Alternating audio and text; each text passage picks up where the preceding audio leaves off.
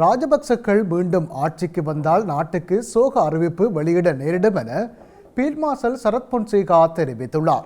ராஜபக்சக்களின் ஆட்சி மீது கோபம் இல்லை எனவும் அவர்களின் ஆட்சியை வெறுப்பதாகவும் கொழும்பில் இடம்பெற்ற நிகழ்வு ஒன்றின் பின்னர் கூறியுள்ளார்.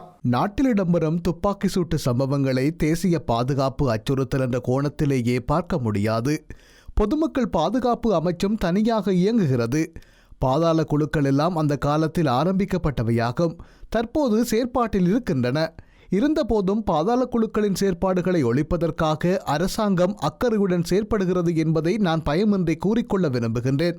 அரசாங்கத்தின் இந்த செயற்பாடுகள் வெற்றிகரமாக இடம்பெறுகிறது என்பது வெளிப்படையாக தெரியவில்லை. இருந்தபோதும் அரசாங்கத்தின் முயற்சிகளை வரவேற்க வேண்டும். ஒரு சில எதிர்க்கட்சியினர் அதிர்ச்சியில் இருக்கின்றார்கள். கடந்த ஜனாதிபதி தேர்தலுக்கு முன்பே எதிர்க்கட்சிகளிடமிருந்து விலகி தனித்து செயற்பட ஆரம்பித்து விட்டேன். 15 வருடங்கள் அவர்களுடன் இருந்திருக்கின்றேன். அவர்களின் செயற்பாடுகளினால் நாட்டுக்கு எந்த பயனுமில்லை என்பதை புரிந்து கொண்டதாலேயே அவர்களிடமிருந்து விலகி வந்தேன். அதனால் மீண்டும் அவர்களுடன் இணைந்து கொள்ளும் அளவுக்கு நான் முட்டாளுமில்லை. மீண்டும் அவர்களுக்கு ஆட்சி கிடைக்கக்கூடாது என்று பிரார்த்திக்கின்றேன்.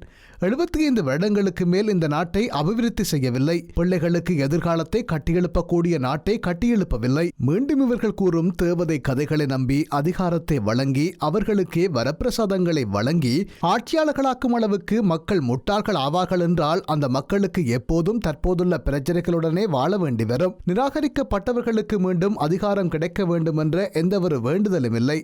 ஒருவேளை ராஜபக்சக்கள் ஆட்சிக்கு வந்தால் நாட்டுக்கு சோக அறிவிப்பை வெளியிட நேரிடும். மக்களுக்கு தற்போதிருக்கும் வாழ்க்கையும் இல்லாமல் போய்விடும். ராஜபக்சக்களின் ஆட்சி மீது கோபம் எதுவும் இல்லை. அவர்களின் ஆட்சியை முற்றுமுழுதாக வெறுக்கின்றேன். உண்டுவிட்டு நித்திரை கொண்டு வானத்தை பார்த்து கொண்டு இருந்தவர்கள் நாங்கள் இல்லை. ஒரு சிலரை போன்று சோரம் போகவும் இல்லை. நாங்கள் எப்போதும் எச்சரிக்கையுடன் இருந்தோம்.